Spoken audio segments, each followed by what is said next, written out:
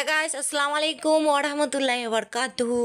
সবাই কেমন আছেন? আশা করি আপনারা সবাই অনেক ভালো হবেন। আল্লাহর রহমতে আমি অনেক ভালো আছি। তো আজকে আপনাদেরকে সবাইকে অনেক অনেক ঈদের শুভেচ্ছা। ঈদ মোবারক। সকাল সকাল আমি উঠে গেছি ৫টার দিকে কাজ টাজ করে স্নান টান করে আমি রেডি হয়ে গেলাম। এই তো আমার ঈদের জামা সেরকম আমি এবার নেইনি, হালকা পাতলা এত জামা ছিল। আর মেয়ে ঘুমিয়েছিল, মেয়েকে উঠালাম আমি প্রায় ৬:৩০টার দিকে। মেয়েকে বলছি কি তুমি চান করবে না? তো ও বলছে না করব না। তো ওকে ছেড়ে দিলাম। ওর পরে আমি এখানে চাপিয়ে দিয়েছি সাবাই রান্না করার জন্য। আগে গরম জল একটু হালকা করে ওতে দিয়ে দিলাম দুধ। দুধ দিয়ে প্যাকেটের দুধ দিয়েছি, এটা পাউডার দুধ আছে, এটা দিয়ে আমি ঘুলে দুধ বানিয়ে নেব। আর এটাকে ঢেনে নিচ্ছি। আর আজকে পুরো দিনটা আমার কেমন করে কাটছে আপনাদের সঙ্গে সবই শেয়ার করব। আর কোথায় কোথায় যাচ্ছি বা কি করছি, একটা ব্লগে যদি না হয় তো ব্লগ দুটা বানাবো, তারপরে আপনাদের সঙ্গে সব কিছু শেয়ার করব। যদি ভালো লাগে লাইক কমেন্ট শেয়ার করতে ভুলবেন না। আর চ্যানেলটিকে সাবস্ক্রাইব করে পাশে থাকবেন। তো আমার মেয়ে এখানে খরমা খাচ্ছিল, খরমাতে অল্প দুধ দিয়ে দিয়েছিলাম। দুধ পাউডার তখন ছিল না রাত্রেবেলা, তার জন্য খরমাটা এমনি ভিজানো হয়েছিল, ভিজিয়ে দিয়েছিলাম জল দিয়ে। তারপর সকালে ওর মধ্যে পাউডার দুধ ঘুলে দিয়ে দিয়েছি।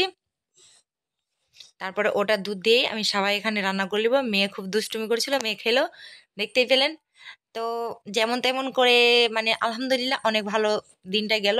আর আপনাদের ঈদটা কেমন গেল আপনাদের অবশ্যই জানাবেন কমেন্ট বক্সে। সবার ঈদটা কেমন কাটলো। আর দেখতে থাকেন আমি আজকে মানে দিন ওয়ানটায় কি কি করি। তারপরে আমি দুধটাকে করে দিয়ে ওদের সবাই দিয়ে দিয়েছিলাম, দিয়ে আমি হটপটে গরম হওয়ার জন্য রেখে দিলাম, মানে গরম থাকবে তো তার জন্য রেখে দিয়েছি। আর এখানে আপনাদের দাদা ভাই আর আমার মেয়ে এখানে খেলা করছিল। তারপরে খেলো ওরা, খরমার সবাই খেলো, তারপরে চলে আসছে। এই তো আমার হাতে আপনাদের দাদা ভাই চুড়ি ঢুকিয়ে দিচ্ছে। আমি মানে আমার হাতটা একটু বড় সাইজের চুড়ি লাগে, তো আর হাতটা একটু বড় হয়ে যায়, সাইজ ছোট হয়ে গেছে, তো একাই ঢুকাতে পারি না। আপনাদের দাদাভাই আমাকে ঢুকিয়ে দিল, কিন্তু এই মুহূর্তে খুবই ভালো। যাই হোক আলহামদুলিল্লাহ অনেক ভালো করে দিনটা যাচ্ছে।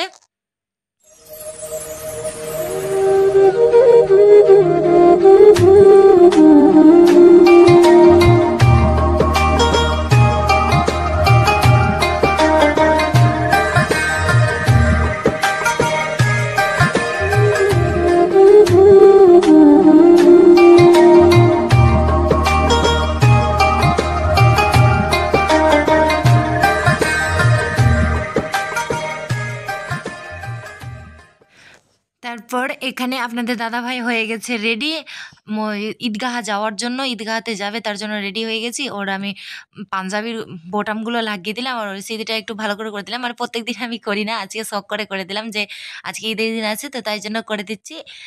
আল্লাহ মানে স্বামী স্ত্রীর মধ্যে এমন এমন কিছু সম্পর্ক আছে যেটা আল্লাহ তাআলা সবসময় সুন্নত লেখে।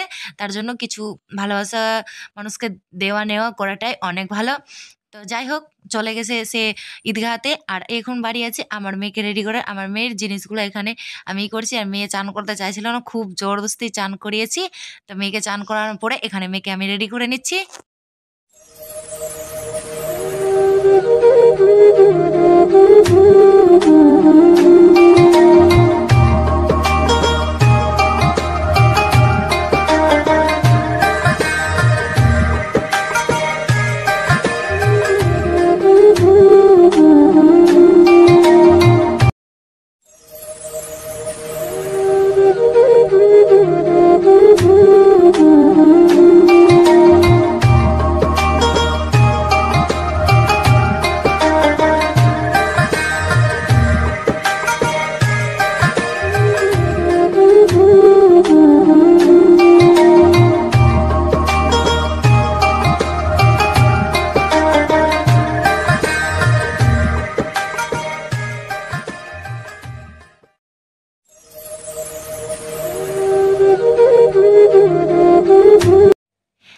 ঈদের নামাজ পড়ে চলেছে আপনাদের দাদাভাই, ঈদের নামাজ পড়তে চলেছে। তারপরে আমার মেয়ের সঙ্গে গলা মেলালো, আর তারপরে সালাম দিল। আমার মেয়েও একটু আগে করছিল, তারপরে আমার মেয়েও সালাম দিল। তারপরে তখন তো প্রায় টাইম 10:30 হয়ে গেল। এগুলো করতে করতে বাইরে আমিও গেলাম সবার সঙ্গে সালাম টালাম নিয়ে। খাওয়া দাওয়া করে সালাম টালাম নিলাম, এগুলো করে দিনটা প্রায় অর্ধেকটাই কেটে গেল ওদিকে। তারপরে আমি রান্না চাপিয়েছি, রান্নাতে আমি করছি দুটো আলু দিয়ে গরু মাংস আজকে রান্না করব আমি।